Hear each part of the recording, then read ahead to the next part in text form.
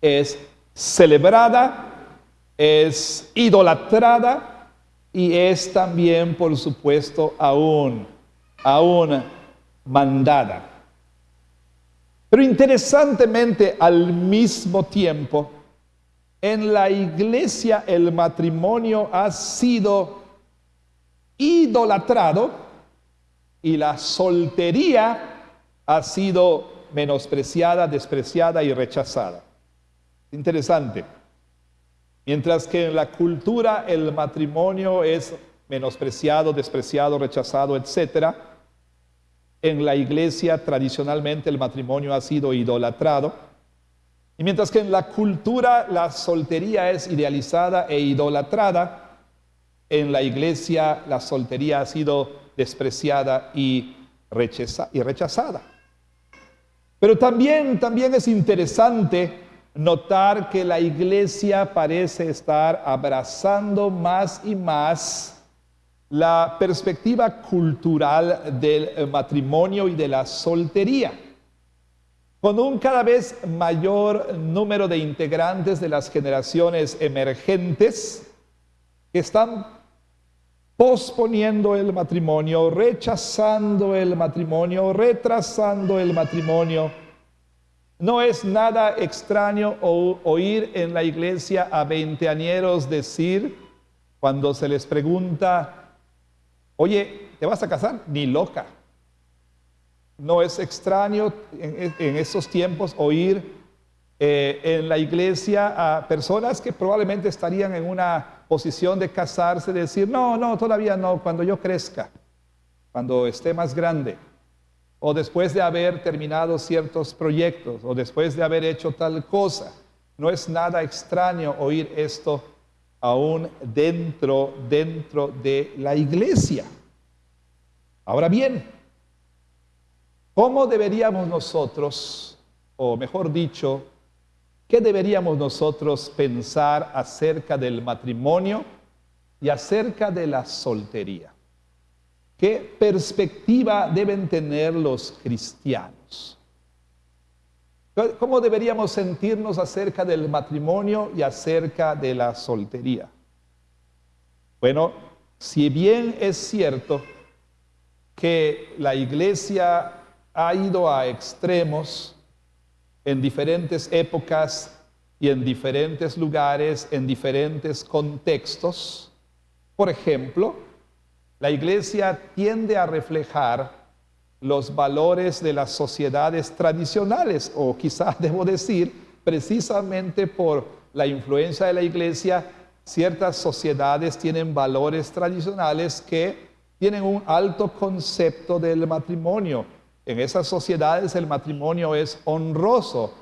Sin embargo, en esas sociedades tal es el valor que se le asigna al matrimonio, que hay una presión constante sobre aquellos que no están casados para estar casados. Aún dentro de la iglesia no es raro escuchar comentarios dirigidos a personas solteras diciendo, bueno, ¿y tú cuándo? Y quizá una de las frases más dolorosas que se le puede decir a una soltera en una boda, bueno, ¿y tú cuándo? O los padres, bueno, ¿cuándo voy a tener nietos? Ya me estoy poniendo viejo, no los voy a poder cargar. Y frases como estas, ¿no? Es muy común oír esto en iglesias, por supuesto, que han influido en su entorno y la sociedad, reflejando esos valores de la iglesia, pues tiene este concepto muy alto del matrimonio. Pero en otros lugares y en otros contextos, la iglesia como que empieza a reflejar su entorno. Y precisamente por la paulatina y gradual pérdida de influencia de la iglesia cristiana en la sociedad, bueno, el contexto entonces, hablando de nuestro tópico aquí, empieza a decir cada vez más no al matrimonio y cada vez más empiezan a decir, bueno, la soltería es buena, estoy bien soltero, no tengo por qué casarme, etcétera, etcétera. Y la iglesia entonces, quizá para no llevar el péndulo a, mejor dicho, para no reflejar este extremo del péndulo, ¿sí? La iglesia quizá pues va al otro lado del péndulo y la iglesia empieza a afirmar la soltería, pero al grado en que simplemente empieza a afirmar la perspectiva cultural del matrimonio y de la soltería. Es decir, por un lado tenemos iglesias que están empujando y empujando y empujando a solteros a casarse, y tenemos a iglesias que no están haciendo lo suficiente para animar a solteros a casarse.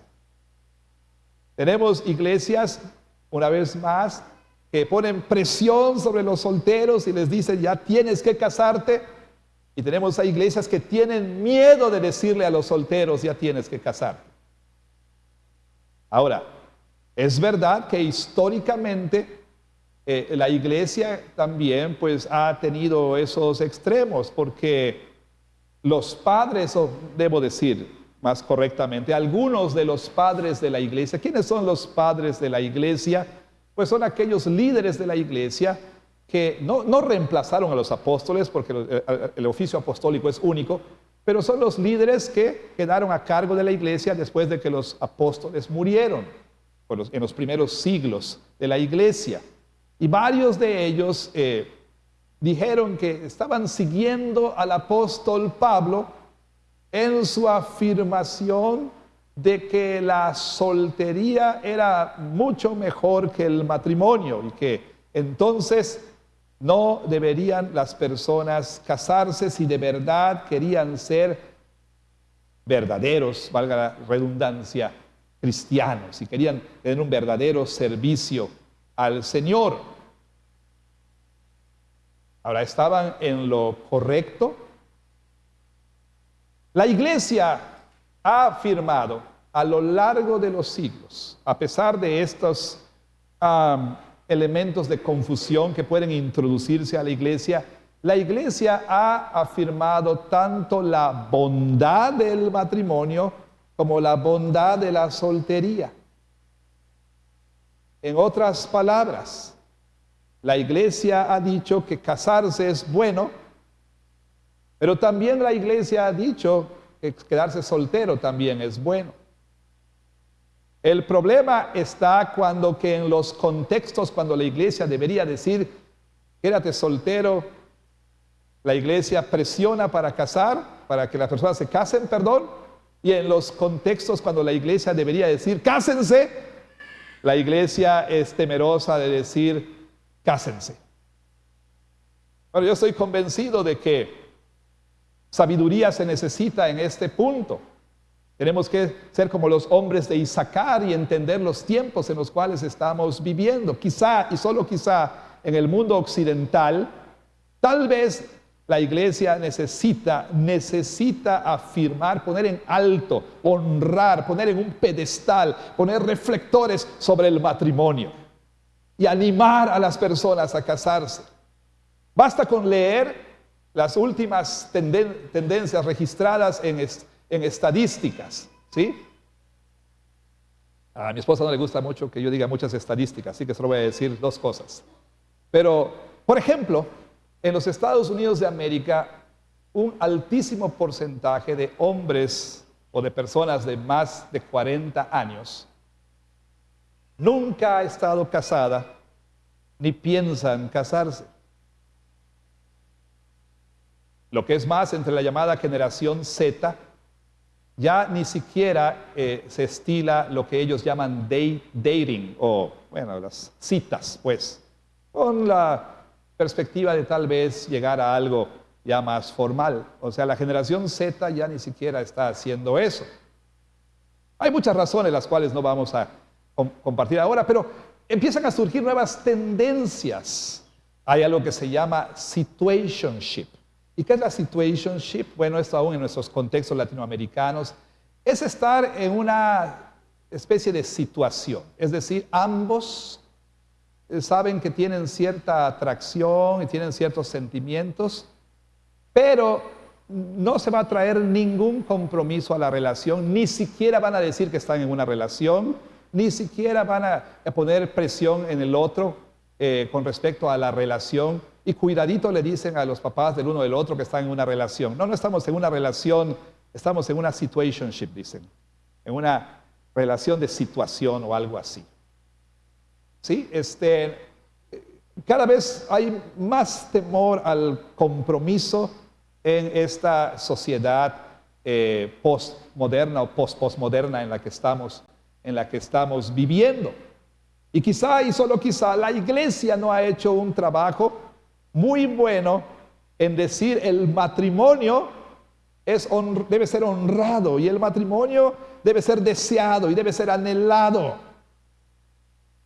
Pero también quizá y solo quizá en el contexto de cada iglesia particular, pues encontramos personas casadas y solteras por varias circunstancias, ¿sí? En la vida. Hay quienes han estado casados 50 años, hay quienes han estado casados 5 años, hay quienes tienen 1 año de casados, hay quienes están a punto de casarse, están a días de casarse, hay quienes están a unos meses de casarse, y así por el estilo.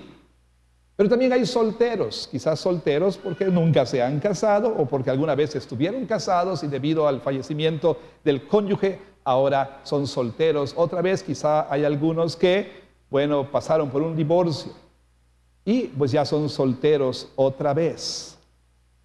¿Cómo abordar a estos diferentes grupos? ¿Qué decirles? ¿Qué enseñarles? Ciertamente en la iglesia hay quienes quieren casarse y quizá todavía no deben casarse.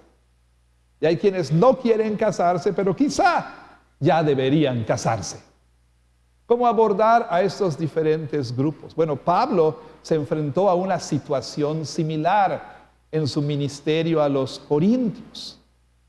Pablo, como ya hemos dicho, estaba lidiando con diferentes problemas en la iglesia corintia, informado por una delegación que personalmente le reportó de lo que estaba sucediendo y también por medio de una carta, Pablo estaba atendiendo pastoralmente a partir de una perspectiva teológica, por supuesto, cada uno de esos asuntos que le fueron reportados.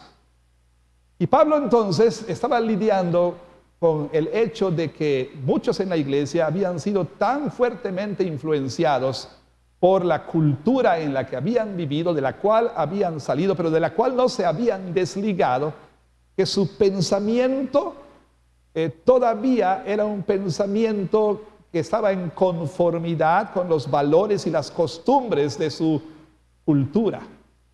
Y me refiero a que algunos estaban enfrascados en diversas formas de porneia, como Pablo le llama, es decir, inmoralidad sexual. Y estos lo hacían, bueno, alegando que no estaban haciendo nada incorrecto. ¿Cómo es que ellos sentían que era posible practicar inmoralidad sexual y aún así ser cristianos?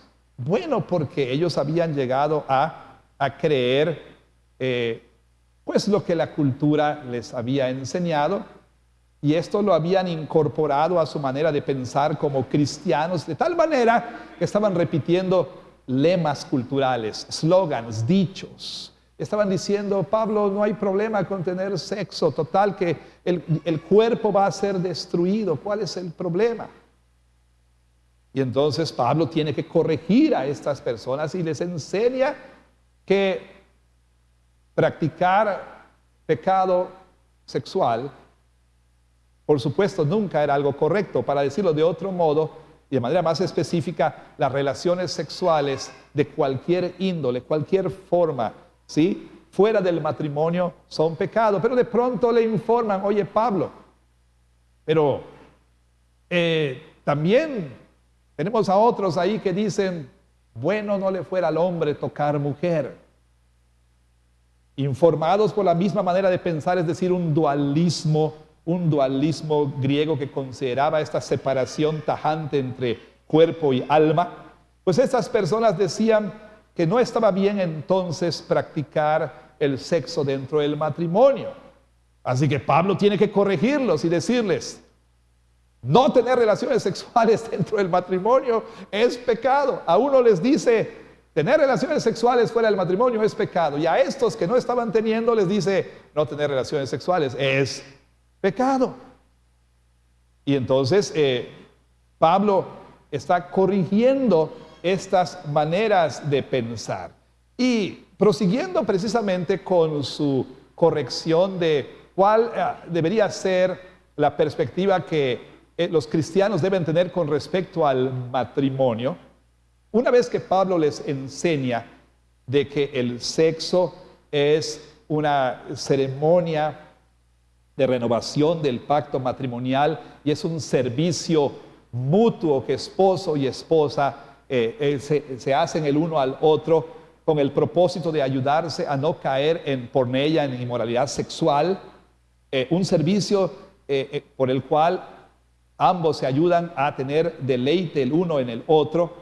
Una vez que Pablo les dice por vía de concesión, no como un mandato, les dice, bueno, yo les concedo, dice, que se separen por un tiempo, pero de mutuo acuerdo y para dedicarse a la oración. Después de eso, entonces Pablo dice algo que viene a sonar así como que, pues, como que contradictorio, porque dice esto en el versículo 7.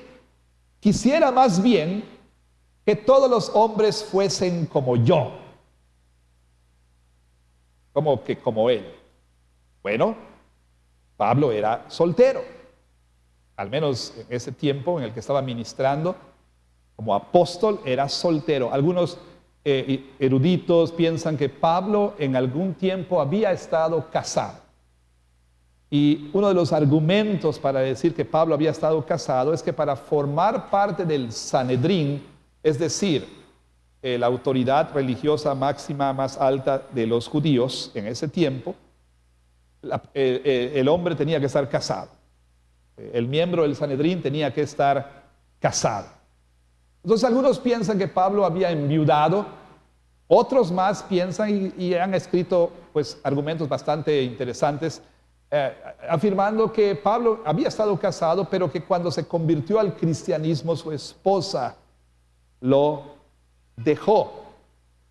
Él parece estar hablando de esto, entre otras cosas, cuando en Filipenses dice que por amor a Cristo lo ha perdido todo. Al parecer, dicen algunos, su familia, su esposa, sus hijos lo abandonaron. No sabemos mucho al respecto, ni tampoco puedo ni quiero ser dogmático al respecto. Cualquiera que sea el caso, lo que sí sabemos es que Pablo estaba soltero y él dice, quisiera que todos fueran como yo, que se quedaran solteros, dice el apóstol Pablo. Bueno, pareciera entonces que Pablo se contradice a sí mismo, porque este es el mismo Pablo que exalta las glorias del matrimonio en Efesios 5. Y peor aún, pareciera entonces el apóstol Pablo estar contradiciendo al Señor mismo, quien dijo, no es bueno que el hombre esté solo. Y vea usted aquí mismo, versículo 8, digo pues a los solteros y a las viudas que bueno les fuera quedarse como yo. Bueno, el Señor dijo, no es bueno que el hombre esté solo, y Pablo dice, bueno es que el hombre esté solo. ¿A quién le hacemos caso? ¿Estaba equivocado Pablo? ¿Era Pablo bipolar? ¿Se levantó en un mal día? ¿Tuvo indigestión en la noche cuando escribió estas palabras? ¿Cómo es que Pablo habla acerca de que es bueno estar solo? Es bueno quedarse solo. A lo largo de este capítulo, el apóstol Pablo va a enseñar a los corintios a tener una adecuada, correcta y bíblica perspectiva del matrimonio, de la soltería, del divorcio y del nuevo matrimonio. Verá usted, Pablo estaba lidiando con diferentes grupos. en la iglesia. Y cada uno de estos grupos estaba teniendo ideas equivocadas, informadas por la cultura, no por la escritura. Ahora es posible también aquí que nosotros tengamos ideas equivocadas acerca del matrimonio y acerca de la soltería y acerca del divorcio y acerca del nuevo matrimonio. ¿Deben las personas casarse? Todos deben casarse. Hago mal si no me caso. Hago mal si me caso. Hago mal si me quedo soltero. Hago bien si me quedo soltero, para decirlo de otro modo. ¿Sí? Vaya, está bien divorciarse. ¿Cuándo una persona puede divorciarse? ¿Una persona divorciada se puede volver a casar? ¿Una persona viuda se puede volver a casar? Y luchamos con estas preguntas. Y verdad sea dicha, es probable, quizá y solo quizá, que como los corintios también nosotros tenemos ideas equivocadas al respecto. Y estas ideas equivocadas se traducen en la manera en que hablamos acerca del divorcio y en la manera en que hablamos de la soltería. Por ejemplo, viene la señorita por consejo a la hermana. Hermana, yo sé que usted es una mujer Tito II, ¿verdad? Y dice Tito II que las mayores deben ser maestras del bien y deben enseñar a las más jóvenes. Hermana, ¿debo casarme? Hija, no vayas a cometer el error que yo cometí. De veras. No, y mira, si puedes, no te cases. Mamá, si papá falleciera, ¿te volverías a casar? Ni loca.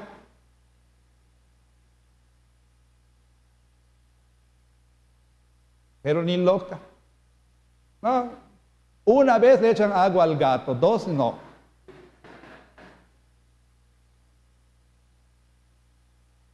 Y así por el estilo, ¿no es verdad? O sea, el consejo cotidiano, lo que decimos a las generaciones jóvenes. Para los solteros, ¿verdad? De pronto se escucha también. Ya. ¿Te estás quedando para vestir santos? Bueno, la versión evangélica. ¿Te estás quedando para forrar Biblias? No vestimos santos, pero bueno. Ya. Y el consejo cotidiano está informado por qué, cómo pensamos, qué creemos, qué sentimos. Por lo tanto, es necesario que escuchemos la enseñanza del apóstol.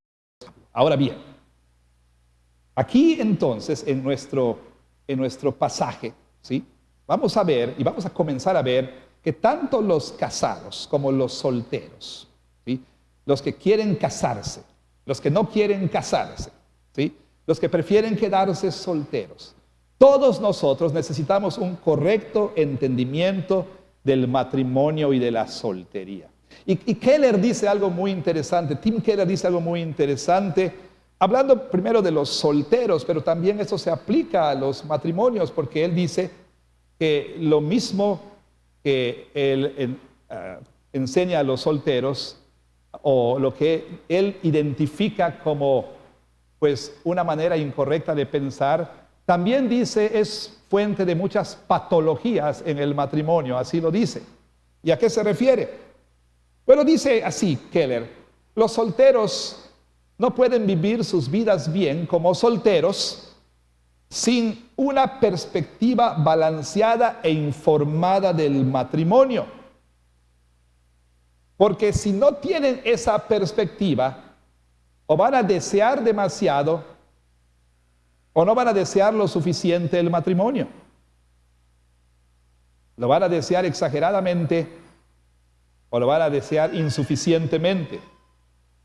Y en cualquiera de esas maneras de pensar, va a distorsionar sus vidas.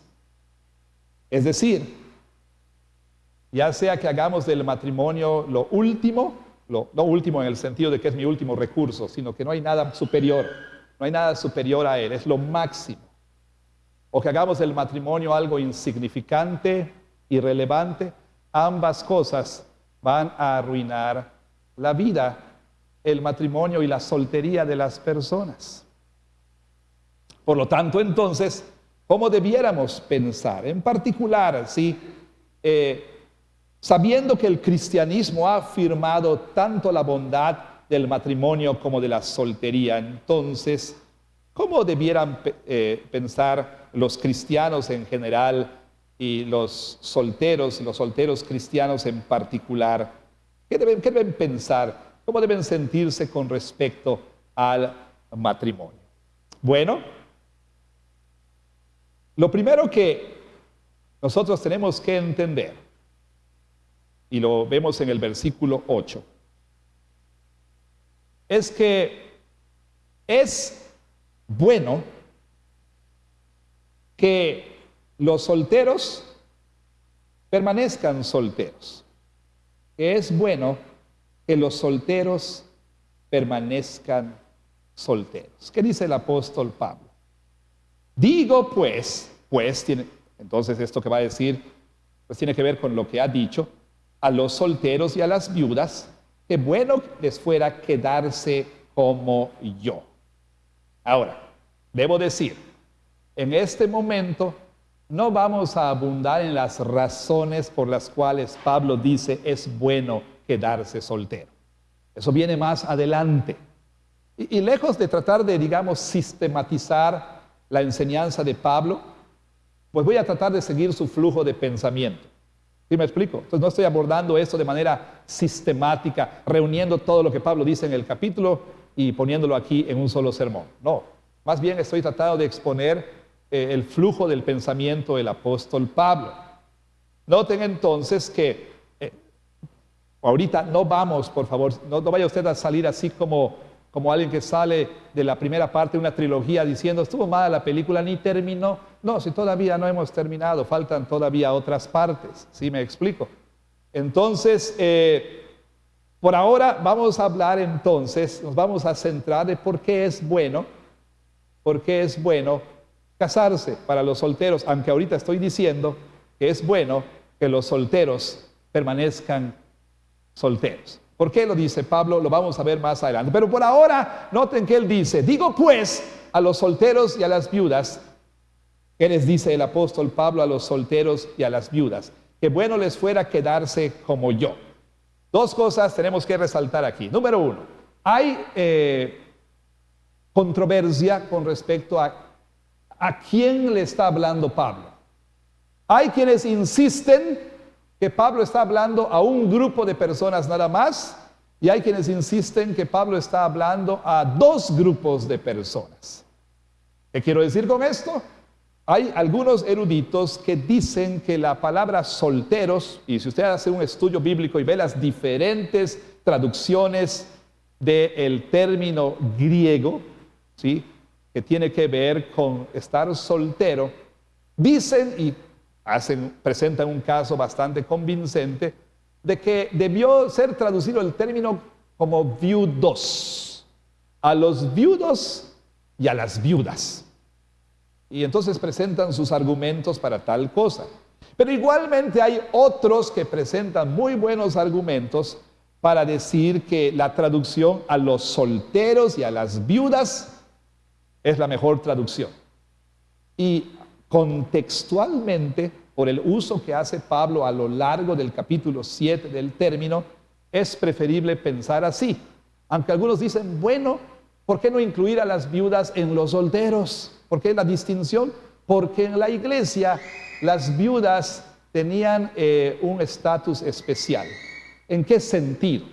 ¿En qué sentido? No que fueran santa viuda, así como que beatificada. No. ¿En qué sentido? En el sentido de que en la cultura alrededor, ¿sí?, incluyendo la cultura judía, la esperanza estaba puesta en tener esposo y tener familia, tener hijos, quienes, por supuesto, cuidarían de la mamá en su vejez, ¿sí?, proveerían para sus necesidades. Y entonces muchas personas trataban de encontrar su seguridad en el matrimonio. Pero en la iglesia, Pablo dice, la iglesia se encarga de esto cuando no hay hijos, cuando no hay esposo. La iglesia se encarga de cuidar, proteger a las viudas para que ellas, como veremos más adelante, puedan hacer el máximo o lo más posible de su soltería. ¿Sí? Eso lo vamos a ver después, sin que la viuda tenga la preocupación de qué va a comer mañana, ¿no? La iglesia entonces se encarga de esto. Entonces, cuando Pablo dice aquí, le digo a los solteros y a las viudas, Pablo está pensando, por un lado, sí en las viudas, pero también en los que no están casados. La palabra es los no casados, ¿sí? Los que no están casados. Ya sea que nunca se han casado, o ya sea que estuvieron casados, pero que se han divorciado, o que han enviudado. Dice, a los solteros les digo, bueno, dice, les fuera quedarse como yo, soltero, soltero. Y esto lo repite, porque ya lo ha dicho en el versículo 7, quisiera que todos los hombres fueran como yo. Sin embargo, Pablo dice que este asunto es un don. Y lo dice claramente. Dice él en el versículo 7, quisiera más bien que todos los hombres fuesen como yo, pero cada uno tiene su propio don de Dios, uno a la verdad de un modo y otro de otro.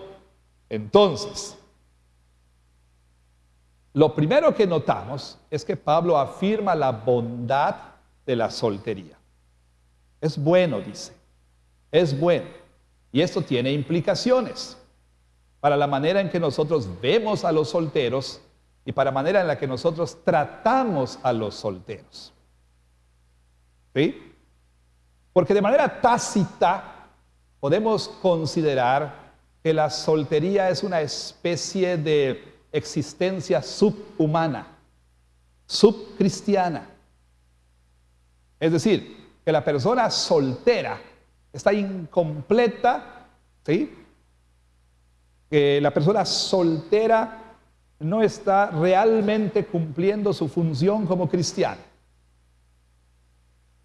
Y como le dije al principio,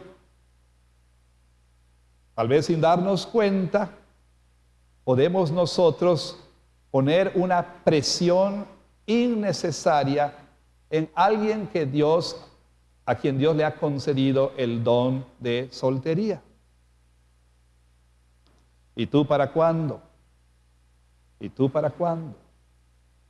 O tal vez nosotros no reconocemos lo difícil que es para una persona que quizá diga, yo no tengo el don de soltería, yo quisiera casarme, pero simplemente no se ha dado.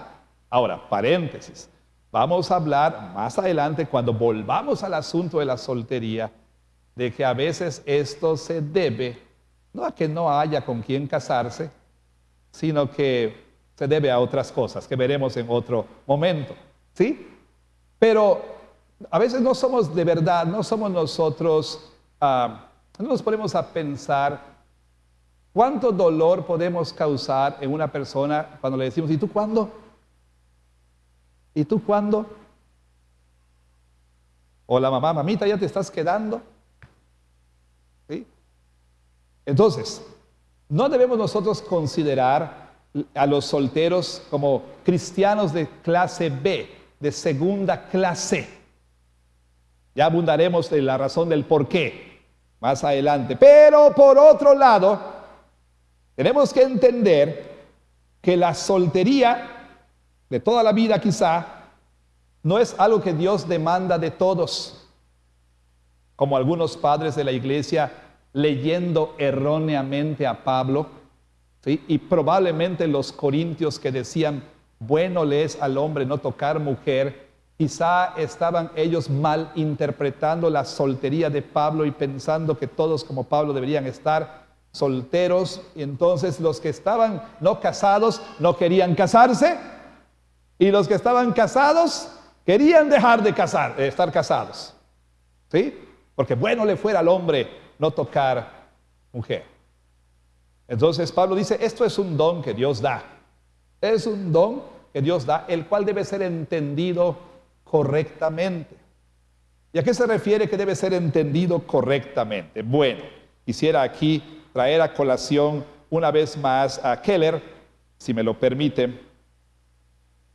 Y una cita muy interesante, él dice lo siguiente: tenemos que entender el don de la soltería, dice él. Dios le llama un don en 1 Corintios 7:7. Muchos han pensado que Pablo está hablando acerca de una completa falta de interés o de deseo por el matrimonio. Eso es el don de la soltería. En esta perspectiva, tener el don de soltería es no experimentar lucha emocional, es no experimentar estar inquieto o no experimentar el deseo de estar casado. No de balde, muchos bromean y dicen, no creo que tengo ese don. Es importante discernir lo que Pablo quiere decir aquí, o vamos a ser muy rápidos, muy prestos en pensar que cualquier falta de un deseo romántico o de un deseo por el matrimonio es un don de Dios, y no es así. Hay muchas malas razones, dice Pablo, por las que una persona puede tener falta de interés en el matrimonio. Por ejemplo, un espíritu egoísta. ¿Qué quiere decir es un espíritu egoísta? No, hombre, complicarme la vida, tener que compartir mi sueldo con una mujer, mantener a una mujer, soportar. No, gracias. Eso no es el don de Dios, ¿sí? Esa razón no es lo que Pablo llama el don. O una habilidad para mantener amistades, o un desdén por el sexo opuesto, o lo que usted quiera. Entonces, hay que entender correctamente el don antes de decir, no, hermano, no me he casado porque tengo el don de la soltería. Lo que está diciendo esa persona más bien está bautizando su egoísmo, ¿no? O está cristianizando su incapacidad de tener una relación de amistad profunda, ¿sí? Entonces habrá que tener cuidado y habrá que entender el don por lo que es. No quiere decir que la persona no experimente la lucha emocional, que no experimente un deseo, pues, romántico, o que no experimente, digamos, pues el anhelo por estar casado. No, el don consiste en que la persona puede tener la gracia de Dios para refrenar todo eso y para estar contento a pesar de no tener esa relación. Hablaremos más de esto más adelante. Así que, número 1, ¿qué enseña Pablo? ¿Cómo debemos pensar acerca de esto? Bueno, primero que nada, es bueno que los solteros, dice, estén solteros. No hay nada de malo necesariamente con la soltería. Necesariamente. Hay soltería que es mala y hay soltería que no es mala. Pero por otro lado, y en segundo lugar, ¿qué es lo que Pablo enseña aquí? Su enseñanza va a ampliarse, pero aquí ¿qué enseña? Bueno, no es bueno para todos los solteros permanecer no casados. Mientras que por un lado dice es bueno que solteros permanezcan no casados, también dice no es bueno para todos los solteros no casarse o permanecer no casados. Versículo 9, vean qué dice. Dice Pablo así: pero si no tienen don de continencia, el don que estábamos hablando, cásense, pues mejor es casarse que estarse quemando. Pero si no tienen don de continencia, cásense, pues es mejor casarse que estarse quemando. Una vez más, Pablo está diciendo, esta es una buena razón para casarse. ¿Es la única? No. ¿Es la principal? Tampoco. Pero es una muy buena razón para que un soltero decida casarse. Pablo habla de que si la persona no tiene ese don de continencia, la palabra continencia la vuelve a usar Pablo en 1 Corintios 9:25 cuando habla acerca de lo que hace un atleta de alto rendimiento, un atleta olímpico, un atleta profesional. Se acercan las olimpiadas, ¿no? Y tiene que estar disciplinado, someterse a una estricta dieta para tener el peso necesario para su disciplina, someterse a un régimen estricto, agonizante de ejercicios, ¿verdad? De gimnasio, etcétera, para tener la fuerza necesaria, el peso necesario, etcétera. De pronto entonces, pues ve ahí en el súper o en alguna tienda una deliciosa rebanada sustanciosa de un pastel de triple chocolate. Pero esta semana que ha pasado, digo, y es obvio que yo no soy ni atleta ni tampoco estoy en forma, pero, bueno, sí estoy en alguna forma, pero no en la forma. Pero bueno, el punto es que el doctor me dijo, don David, por un tiempo, nada de los dones buenos de Dios como son azúcares, grasas, etcétera, etcétera, etcétera. Y algo que a mí me encanta es el pastel de chocolate, ¿verdad? Y entonces pues yo quería comerme y mi esposa, citando mi sermón, lo peor que puedes hacer es predicar porque luego tus sermones se vuelven en tu contra y dice, yo soy dueña de tu cuerpo y digo que no. Y no pastel de chocolate. Entonces, pero es duro, ¿no? Es duro cuando estás por necesidad médica, te dicen no comas esto, ¿verdad? Y lo deseas y quieres comerlo. ¿Y qué es lo que nos pasa? Pues que no tenemos ese autocontrol, no nos contenemos. Decimos, bueno, no, voy a comer una cucharadita, nada más. Y al rato otra, y al rato otra. Y simplemente no tenemos ese don de contenernos, de refrenarnos, de disciplinarnos. Bueno, Pablo está diciendo que los atletas, si es que quieren ganar el premio, tienen que someter su cuerpo, ¿sí? Disciplinar su cuerpo para que no siga los impulsos. Exactamente, es lo mismo aquí. Vaya, el soltero, si no tiene ese don de someter los impulsos de su cuerpo, sus deseos, sobre todo sus deseos, debiera considerar seriamente el matrimonio. ¿Qué sucedía en su tiempo? Había esta idea en tiempos del apóstol Pablo, ¿sí? Esto imperaba en el mundo grecorromano. La perspectiva del sexo como únicamente una herramienta para la procreación. Si se juntaban marido y mujer solamente era para procrear, nada más. Ahora el deleite era en los prostíbulos. El deleite era con las prostitutas. Ahí podía dar rienda suelta, ¿sí? a sus deseos. Porque era malo el deleite sexual. Era nada más para la procreación. Pero como no podían, entonces la ley les permitía tal cosa. Bueno, si un soltero aquí o en cualquier lugar está ya en una edad donde por otras razones pudiera casarse, pues no es que vaya a los prostíbulos como en esa época, pero está luchando con pornografía o está luchando con un mundo de pensamientos, o está luchando con fantasías. Tal vez no llegue a comprarse o ver pornografía, pero algo así como subpornografía, como es la revista Men's Health, ¿no? Hombre Saludable, donde de pronto hay sus secciones donde está mujeres en bikini, etcétera, etcétera, ¿no? Entonces, si el hombre está luchando con esto, cásese. Ahora, ¿necesariamente ese va a ser el fin para su problema? No necesariamente. Pero sí va a ayudar mucho. Sí va a ayudar mucho. Muchísimo. Muchísimo. Entonces, es lo que Pablo está diciendo así, aquí. Cásense. Dice el apóstol Pablo. Dice, mejor es casarse que andarse quemando. Ha habido dos interpretaciones para esta frase.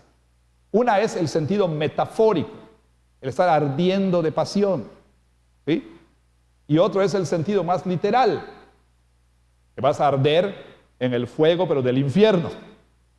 Honestamente, no creo que esté hablando Pablo de eso, aunque sí pudiera ser el caso de que alguien que llamándose cristiano viva en inmoralidad sexual, entonces sí va a arder en el infierno, ¿no? O sea, a lo mejor va a calmar ese fuego metafórico, con cosas ilícitas, pero le espera un fuego peor literal. ¿Sí me explico? ¿Sí me explico? Pero Pablo no está hablando aquí de ese fuego literal, está hablando de estar consumido por este deseo, ¿verdad?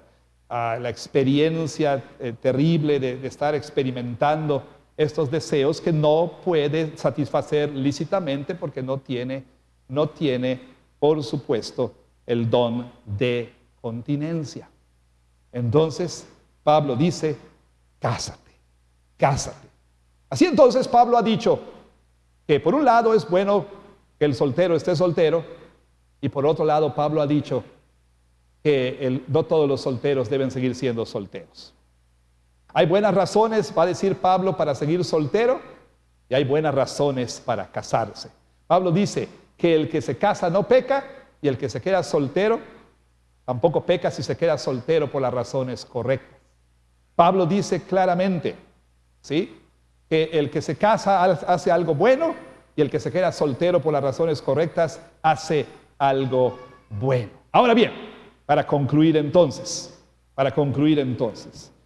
dijimos al principio, citando a Keller, que es necesario que tanto solteros como casados tengan una perspectiva balanceada e informada del matrimonio. De otro modo, ni el casado ni el soltero van a poder experimentar satisfacción en su matrimonio o en su soltería. Y esta perspectiva balanceada tiene que ver con que ninguno de nosotros, debiera ver al matrimonio como máximo, como último, como supremo, pensando así: si me caso, voy a ser pleno, voy a estar plenamente satisfecho, voy a encontrar la pieza que me faltaba. Y siguiendo a la profetisa Faye, hallaremos mi complemento, mi media naranja, ¿no? Lo que me va a llenar, lo que va a... Sí, los jóvenes dicen, ¿quién? ¿Quién? Más tarde, no, hoy googleenlo, ¿ok?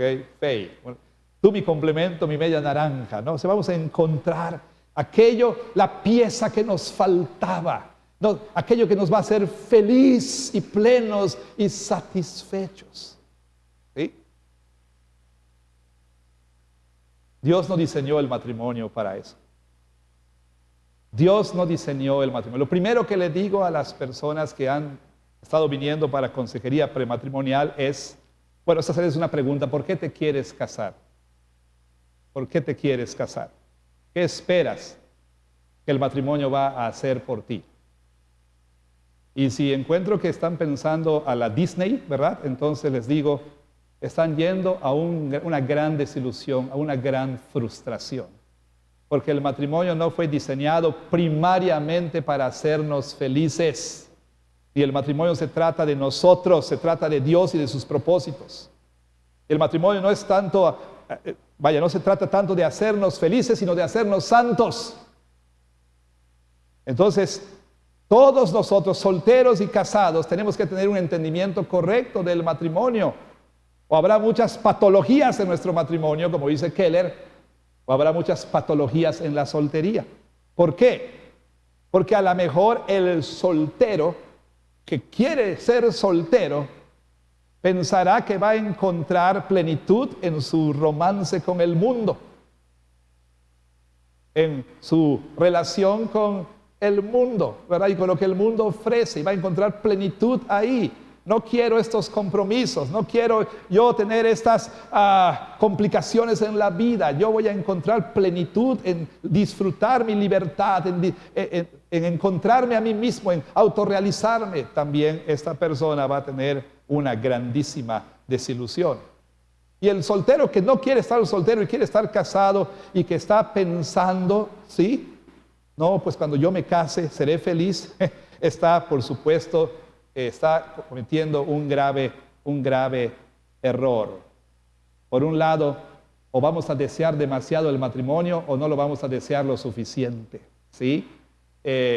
Así entonces, ¿cuál es el único remedio para esto?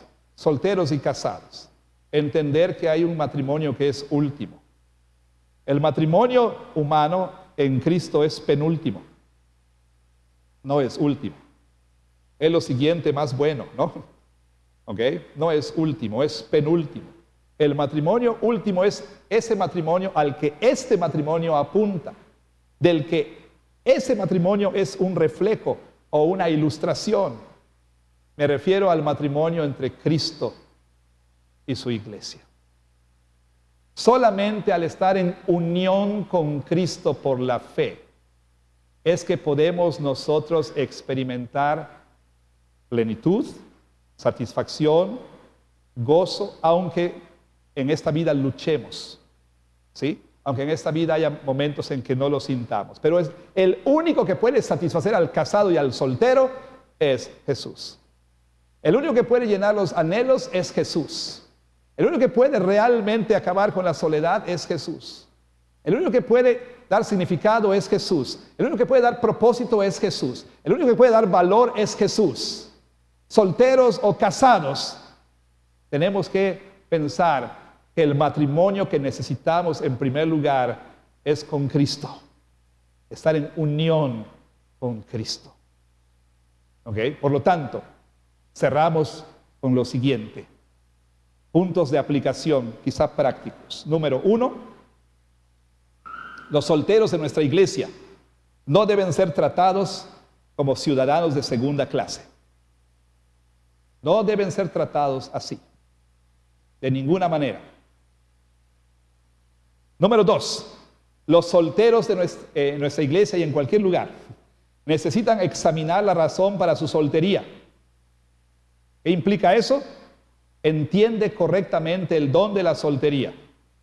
Pregúntate, ¿por qué quieres permanecer soltero? ¿Está poniéndote tu soltería en riesgo de porneia? ¿Pudieras casarte, pero no quieres por las razones equivocadas? Tercero, estamos buscando en el matrimonio, o estamos mirando al matrimonio como lo último o como lo penúltimo. Quizá hay personas aquí que desde chiquitas, como decían las niñas, sienten que no pueden estar sin nadie. O sea, desde chiquitas, jovencitas aquí desesperadas por estar en una relación. Desesperadas.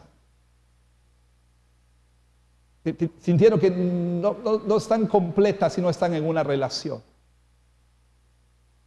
¿Sí?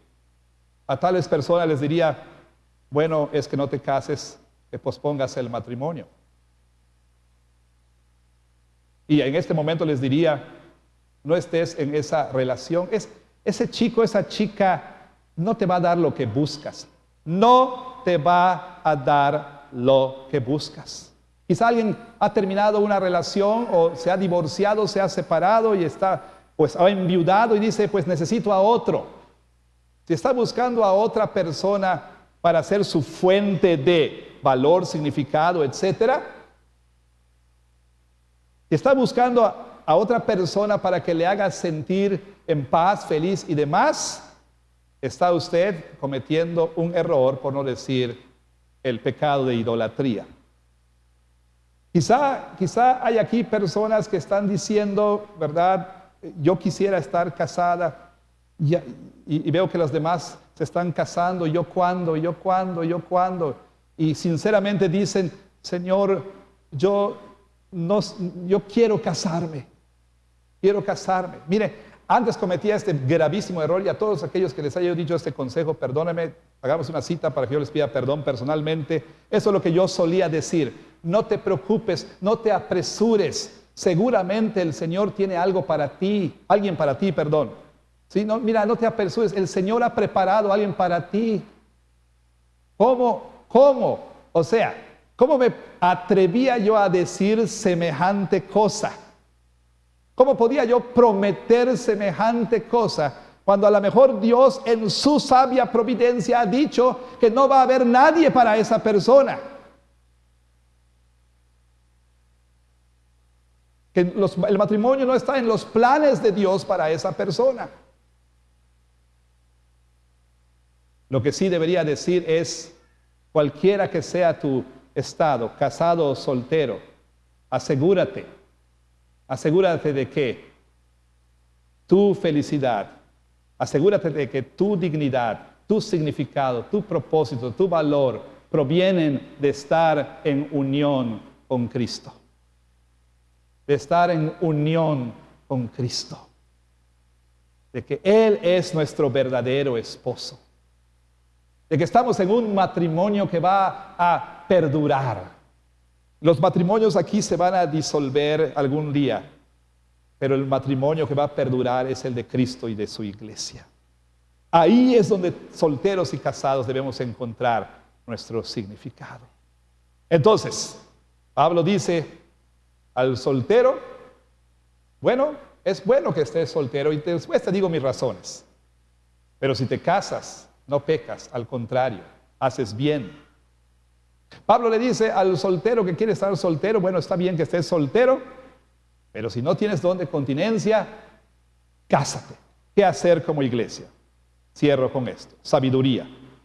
Adultos, mujeres, estos chicos necesitan en este mundo de confusión, en este mundo de tergiversaciones, en este mundo de perversiones de la verdad, en este mundo de idolatrías, necesitan una comunidad de adultos a la que puedan acudir en busca de consejo.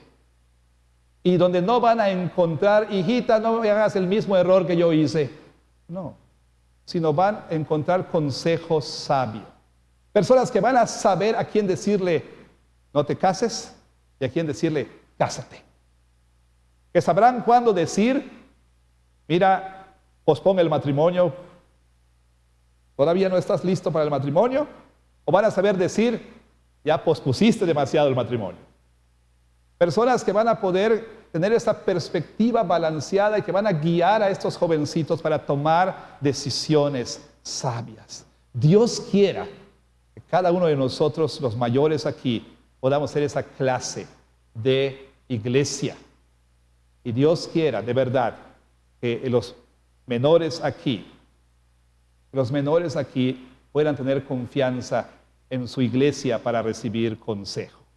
Que Dios bendiga su santísima palabra. Amén.